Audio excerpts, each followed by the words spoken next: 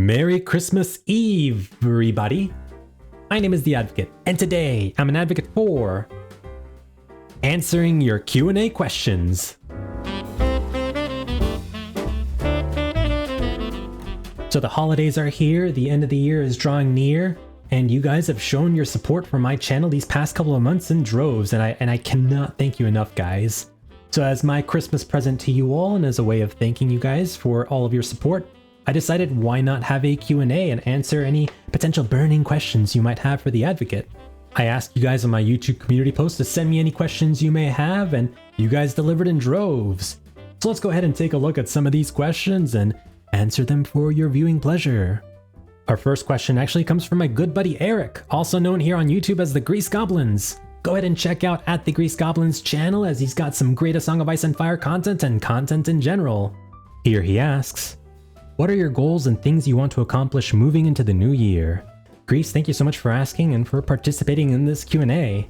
So, one of the biggest things that I wanted to get out of this BookTube / YouTube thing when I first joined was to be able to plug myself into the BookTube community and also the A Song of Ice and Fire community.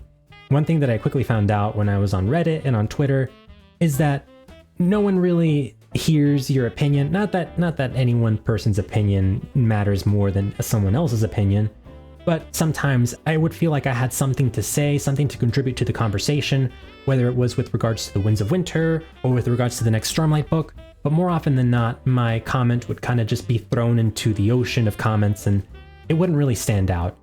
Now again, that's not to say that my contribution to the community is greater than anybody else's, but I quickly learned that if I wanted to kind of have any sort of platform and have an ability to give my voice some sort of significance, I would need to create a YouTube channel.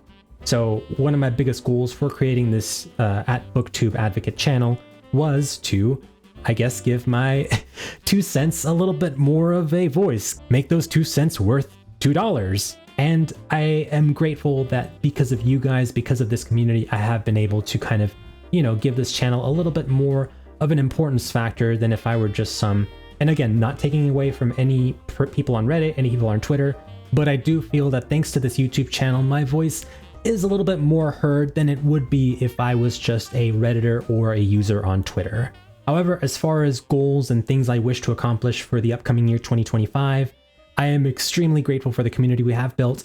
I selfishly and egotistically would like for this community to keep growing and potentially to hit 1,000 subscribers, and who knows, maybe even monetize this channel, because as I'm sure the Grease Goblins and every other person on YouTube knows, if anyone wants to grow a channel on YouTube, it takes a lot of time, effort, and work. And one of the best ways to incentivize that amount of time, effort, and work is to get monetized. So we'll see if that happens, but if it doesn't, I'm just grateful that I have you guys here along for the ride with me. The next question here comes from Becky Does Blog. Becky is another booktuber here on YouTube who specializes in A Song of Ice and Fire content. She is currently doing reactions of the Game of Thrones TV show as she's watching that TV show for the first time, but she's doing it from a book reader's perspective, a perspective you don't often see here on YouTube. So if you want to see that, definitely go and check her channel out and give her some support. Here she asks a double whammy. 1, what is your favorite book ever of any genre? And 2, what brought you to BookTube? So I feel like I've already kind of answered the second question. I really wanted to provide my voice a little bit more of a platform for people to kind of hear me out, as opposed to kind of throwing me out into the wind and saying like, The Advocate, who cares about that guy? But as far as your first question goes, what is your favorite book ever? This is gonna sound very just like the mainstream answer, and I'm sorry to say, or I guess not sorry, because I really do enjoy this book, but George R.R. Martin's A Storm of Swords is definitely my favorite book I have ever read. I love A Storm of Swords. I think it is the perfect climax for everything that had been built up over the first 2 books of the A Song of Ice and Fire series. Everything that happens in that book feels like it has purpose, feels like it has weight, and I think it'll be a long, long time before any other book is able to top A Storm of Swords. Now, if you were to tie my hands and ask me what my favorite book is that doesn't have anything to do with the A Song of Ice and Fire series, I would say it's The Way of Kings by Brandon Sanderson. That book, it's such a great read. It's a slow burn, but oh my gosh, I would be lying if I said I wasn't immersed from the first page. Everything is just turned up to 11. The set pieces, the world building, the magic, almost everything about that book is just the extreme, and it's the extreme in the best possible way.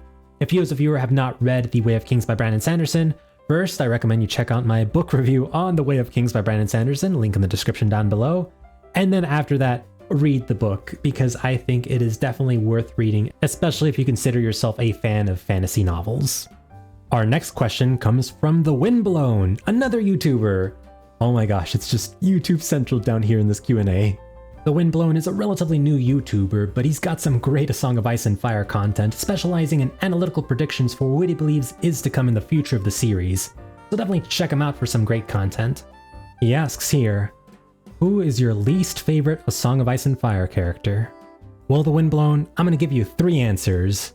My least favorite POV perspective, my least favorite POV character, and my least favorite character POV notwithstanding. My least favorite POV perspective is, unsurprisingly, if you've watched any of my A Song of Ice and Fire content, Daenerys Targaryen.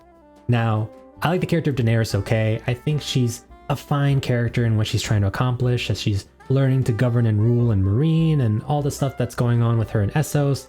That's fine and all. However, particularly within the first book, everything that has to do with Daenerys Targaryen always felt so far removed from the stuff that I actually cared about, which is all the stuff that was going on in King's Landing, the murder mystery with Jon Arryn, all the stuff going on with Ned Stark.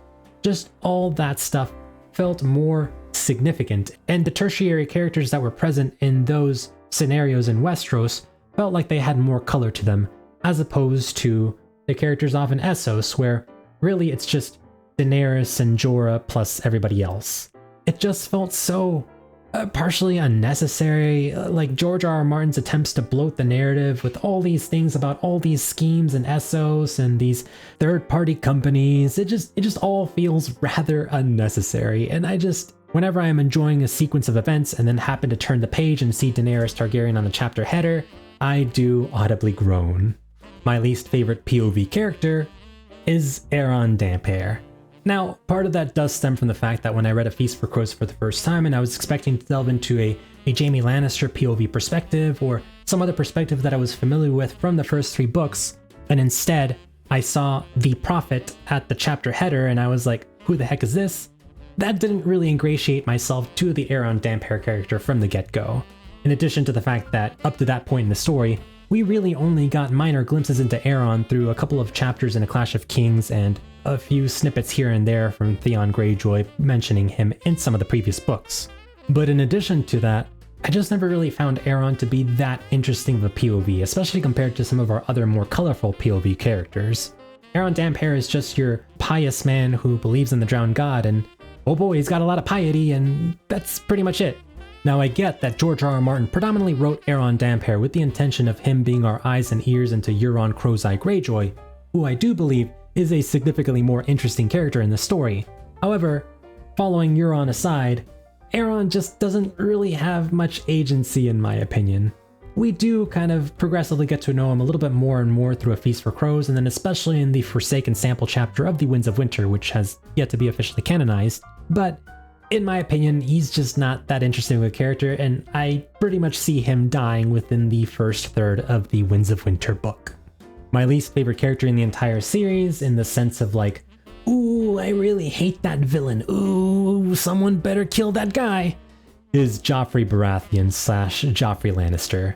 Yes, it's the predictable choice, but there was something visceral within me that woke up in that very first Game of Thrones book when Joffrey calls for Ned Stark's head, that elicited this like, oh no response, followed by, ooh, I hate you so much, Joffrey, and I wish someone would just strangle your neck.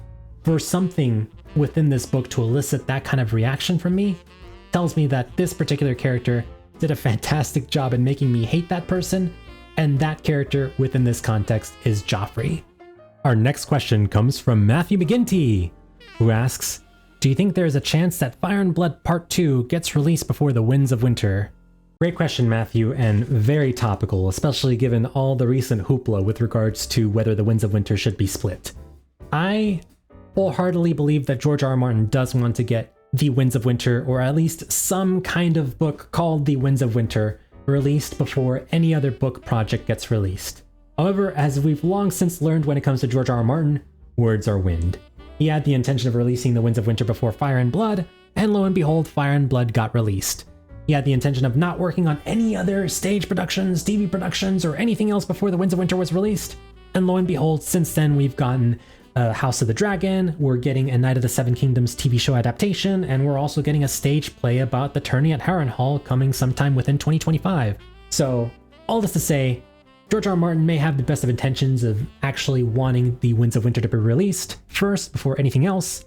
However, reality is often very different from what George wants to happen. And unfortunately, I do see a scenario in which Fire and Blood Part 2, or Blood and Fire as he likes to call it, will be released before The Winds of Winter.